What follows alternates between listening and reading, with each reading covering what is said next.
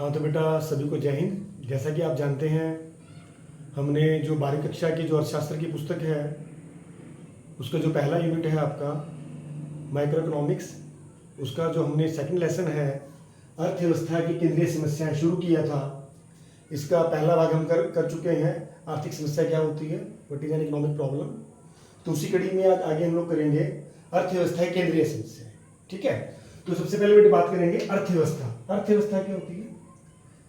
अर्थव्यवस्था बेटे कोई भी विशेष स्थान नहीं होता, कोई भी ऐसी जगह जहां हम अपनी आजीविका या परिवार के भरण पोषण के लिए काम करते हैं, वो क्या कहलाता है? अर्थव्यवस्था कहलाती है। ठीक है, मेरी बात बेटे समझ में आ गया होगा आपको। अर्थव्यवस्था क्या होता है? कोई भी ऐसी जगह जहां हम लोग अपनी आजीविका के लिए, अपने परिवार के भरण पोषण के लिए काम करते हैं, वो क्या कहलाता है? अर्थव्यवस्था कहलाता है।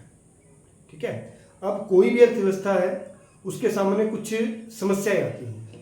ठीक है, जैसे प्रोफेसर सॉल्यूशन है वो 3 आर्थिक समस्याओं की बात करते हैं। कौन कौन सी हैं?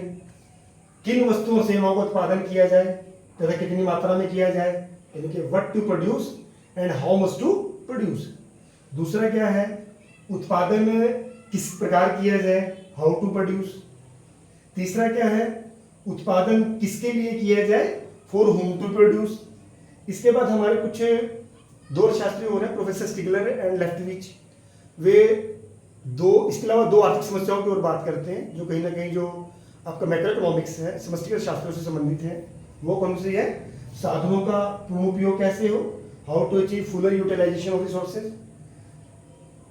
5वीं है आपकी साधनों का विकास कैसे हो, how to achieve growth of resources. ठीक है, तो बेटा आज हम एक एक करके जो ये आपकी 5 समस्याएं हैं, बेसिकली 3 है, सिलेबस में आपको 3 करवा रखी है, 2 एक्स्ट्रा में है। तो मैंने बताया ना, प्रोफेसर लेफ्टिविच और स्टिगलर ने ये बताई है कि 2 जो विस्तृत अध्ययन कर रहे हैं वो 2 समस्याओं के बारे में और बात करते हैं। तो एक एक करके अब ये जो 500 आर्थिक समस्याएं हैं इनके बारे में हम विस्तार से भी चर्चा करेंगे। तो किसी अर्थव्यवस्था के लिए बेटे जो पहली आर्थिक समस्या क्या है? बड़ा आसान है, ये ध्यान सुनने आ जाएगा। किन वस्तुओं तथा सेवाओं को उत्पादन किया जाए तथा कितनी मात्रा में किया जाए, यानी कि what to produce and how much to produce. Okay, तो सबसे पहले क्या, किन वस्तुओं तथा सेवाओं को उत्पादन किया जाए। मेरे बेटा जैसे कि हम लोग देखते हैं जो मनुष्य है उसकी आवश्यकताएं असीमित है। ठीक है ना, मनुष्य की जो आवश्यकताएं क्या है? असीमित है। उन असीमित जरूरतों को, आवश्यकताओं को जो पूरा करने वाले साधन हैं वो सीमित है। ठीक है ना, तो जो हमारे पास सीमित साधन जैसे भूमि पूंजी श्रम और उद्यम है, हम भूमि पूंजी श्रम और उद्यम जो हमारे उत्पादन के साधन हैं, इन साधनों का प्रयोग करके उन वस्तुओं को उत्पादन करना चाहते हैं जिससे किसी अर्थव्यवस्था में जो रहने वाले लोग हैं अधिकतम संतुष्टि का स्तर प्राप्त कर सके। यानी कि बहुत सारी आवश्यकताएं होती हैं, जरूरतें होती हैं, कुछ आवश्यकताओं को हमें त्याग करना पड़ता है, कुछ को हमें प्रोड्यूस, कुछ का हम उत्पादन करते हैं। कहने का मतलब क्या, हम उन वस्तुओं और सेवाओं को उत्पादन करना चाहते हैं जिनसे कहीं ना कहीं जो हमारी जरूरतें हैं, हमारी आवश्यकताएं हैं, उनको मैक्सिमम ढंग से संतुष्ट कर सके। ठीक है, तो यहाँ पर 2 तरह की समस्या पैदा होंगी। पहली क्या है? किन वस्तुओं और सेवाओं को उत्पादन करें। ठीक है, तो कोई भी अर्थव्यवस्था है जो उसके पास सीमित साधन है, उसको सबसे पहले क्या देखना पड़ता है कि उन्हें किन वस्तुओं और सेवाओं को उत्पादन करना है। अब किन वस्तुओं में कई प्रकार की वस्तु, जैसे आपकी कौन कौन सी वस्तुएं होती हैं? उपभोक्ता वस्तुएं होती हैं, पूंजीगत वस्तुएं होती हैं। ठीक है ना, अब उपभोक्ता वस्तु में क्या है? आप जैसे घर में यूज करते हैं दूध, दही, राशन, जैसे गेहूं, आटा, चावल, जो भी आप घर में यूज करते हैं ना, ये क्या है? उपभोक्ता वस्तुएं हैं। ठीक है, पूंजीगत वस्तुएं क्या होती है? पूंजीगत वस्तुएं जैसे मशीनरी है, ट्रैक्टर है। अब ये मशीनरी पूंजीगत वस्तु क्या होगी? ये वो वस्तु होगी जिनसे भविष्य में दूसरी वस्तु और सेवाओं का उत्पादन कर सकते हैं। ठीक है ना, तो किसी भी अर्थव्यवस्था को पहले ये निर्णय लेना पड़ता है कि कौन सी वस्तुओं और सेवाओं का उत्पादन करना है, कितनी मात्रा में हमें जो ये पूंजीगत वस्तु उनको उत्पादन करना है, कितनी मात्रा में हमें जो हमारी उपभोक्ता वस्तुएं हैं उनका उत्पादन करना है। ठीक है, अगर जैसे युद्ध का समय है, अब अगर आप युद्ध का समय देखते हैं तो कहीं ना कहीं आपको जो लड़ाई के दौरान आप सामान यूज करते हैं, जैसे गोला बारूद है, हथियार है, टैंकर को उत्पादन करेंगे। शांति का समय है तो युद्ध के लिए जो सामान है वो कम करेंगे, और जो शांति काल में वस्तुओं सेवाओं का उत्पादन होता है उनको उत्पादन ज्यादा करेंगे, ठीक है ना। तो किसी भी अर्थव्यवस्था को मेरे बच्चे पहले ये डिसाइड करना पड़ता है, निर्णय लेना पड़ता है किन वस्तुओं और सेवाओं का उत्पादन करना है। जब एक बार कोई अर्थव्यवस्था यह निर्णय ले लेती है कि उन्हें किन वस्तुओं और सेवाओं का उत्पादन करना है, तो दूसरी समस्या क्या होती है, कितनी मात्रा में करना है। हाँ मेरे बेटा, अगर कोई भी अर्थव्यवस्था जब ये निर्णय ले लेती है कि कितनी मात्रा में उसे पूंजीगत वस्तुएं पैदा करनी है, कितनी मात्रा में उसे उपभोक्ता वस्तुएं पैदा करनी है, तो उसके बाद उसको उसकी मात्रा, हाउ मच टू प्रोड्यूस, कितनी मात्रा में उत्पादन करना है, ठीक है ना।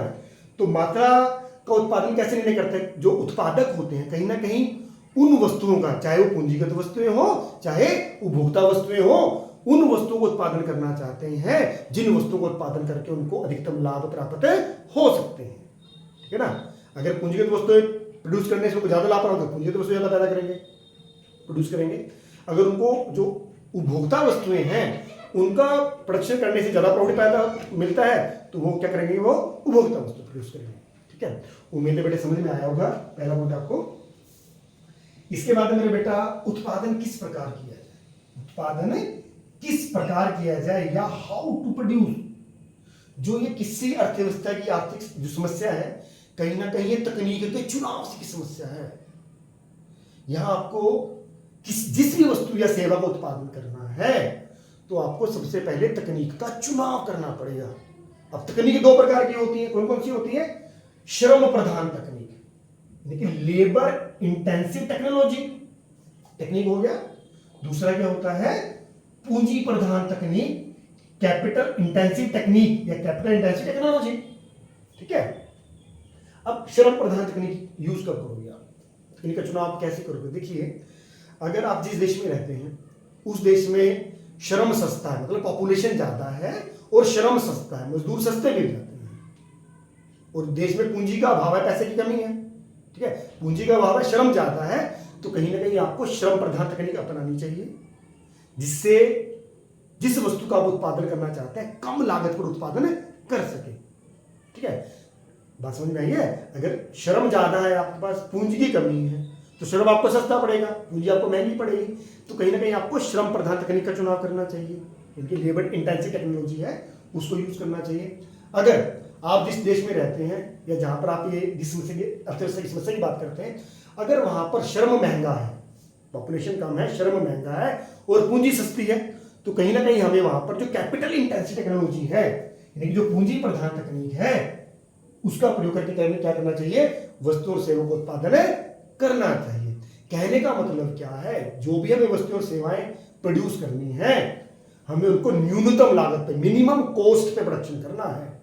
तो मिनिमम कॉस्ट पे, जो कम से कम लागत पर आप उत्पादन कैसे करेंगे, वो कहीं ना कहीं आपको अर्थव्यवस्था की परिस्थितियां देखनी पड़ेगी कि आपको कौन सी टेक्नोलॉजी यूज करनी चाहिए, कि आपको श्रम प्रधान तकनीक से उत्पादन करना है या पूंजी प्रधान तकनीक से करना है, ठीक है। जो भी आपको सस्ता पड़ेगा, जिससे आप कम लागत पर समान मात्रा में उत्पादन कर पाते हैं, उस तकनीक का आप चुनाव कर सकते हैं, ठीक है।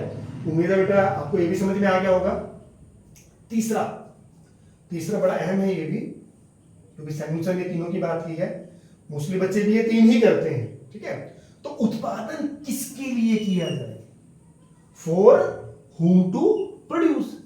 अब मेरे बेटा किसी भी अर्थव्यवस्था के लिए जो तीसरी समस्या क्या है, वो उत्पादन किसके लिए किया जाए, ये उत्पादन के वितरण से संबंधित है। किससे संबंधित है, उत्पादन के वितरण से संबंधित है, कि जो भी आपने वस्तु सेवाओं का उत्पादन किया उनका डिस्ट्रीब्यूशन करना है, वितरण कैसे करना। अब ये भी दो तरह से हो सकता है। पहला क्या है, व्यक्तिगत वितरण से। जो व्यक्तिगत वितरण क्या है, आय की असमानता से संबंधित है।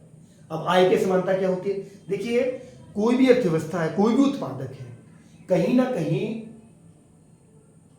समाज के लिए, व्यक्तियों के लिए उन वस्तुओं का और सेवाओं का उत्पादन करना चाहेगा जिन वस्तुओं और सेवाओं की क्रय शक्ति, खरीदारी क्षमता वहां के लोगों में है, ठीक है ना। कई बार आप क्या करते हैं, ऐसी वस्तुएं प्रोड्यूस कर लेते हैं, आप लोगों के पास वहां क्रय क्षमता ही नहीं है, खरीदारी क्षमता ही नहीं है, क्योंकि आय का वितरण समान है, ठीक है ना।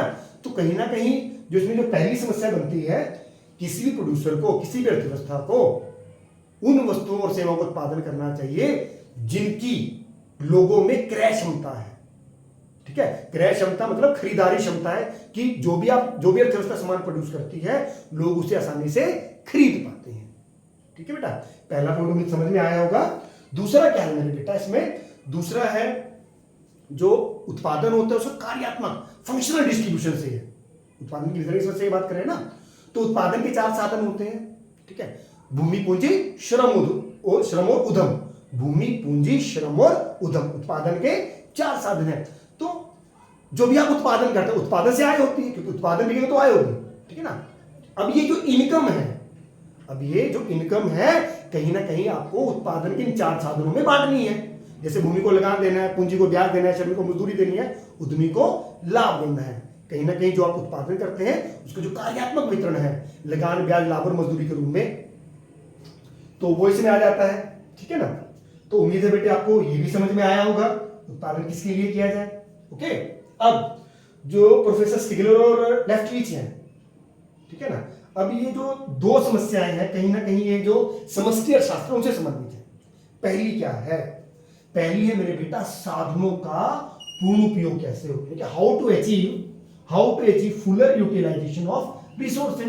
देखिए जो उत्पादन के साधन होते हैं जैसे भूमि पूंजी श्रम है आपके पास, कहीं ना कहीं किसी भी अर्थव्यवस्था के पास सीमित मात्रा में होती है, और हम देखते हैं किसी भी अर्थव्यवस्था में जो ये साधन होते हैं इनका पूर्ण उपयोग नहीं हो पाता।